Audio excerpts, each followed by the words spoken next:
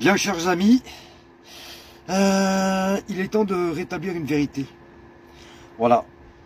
Vous voyez sur les TikTok la guerre d'Algérie, l'indépendance de 1962. En 1939, les nazis ont envahi l'Europe, ont envahi la France. La France a été complètement submergée par les nazis. La France a dû faire appel à des combattants étrangers, des Africains, des Algériens, les Tchadiens, Sénégalais, Marocains, Tunisiens et même des Libyens, d'après ce que m'a dit mon grand-père. Oui, mon grand-père. Comme les vôtres.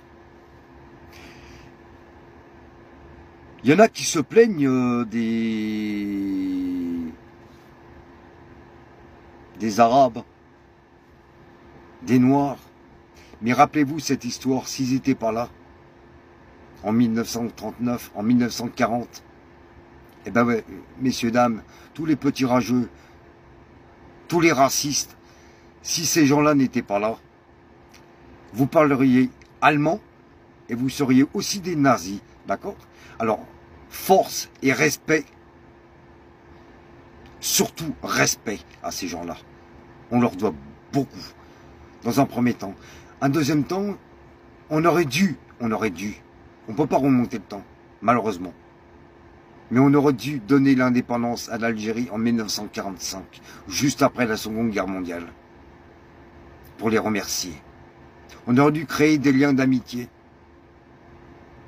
On aurait dû créer des liens culturels, commerciaux. Voilà ce qu'on aurait dû faire. Voilà ce qu'on aurait dû faire. Et c'est un Français qui parle. Voilà. Qu'est-ce qui s'est passé? En 1945, à Sétif, un massacre pour l'Algérie. Aucun remerciement, l'ingratitude pure. Voilà ce qu'il faut savoir. Ça, c'est l'histoire malheureuse. Et ça, malheureusement, ça fait partie de l'histoire de France. Et j'en suis vraiment pas fier. Arrêtons nos bêtises de nous tirer dans le dos. Pour l'instant, on a un gros problème, ça s'appelle le sionisme. Ce sont eux, nos ennemis. Arrêtons de nous tirer dans le dos.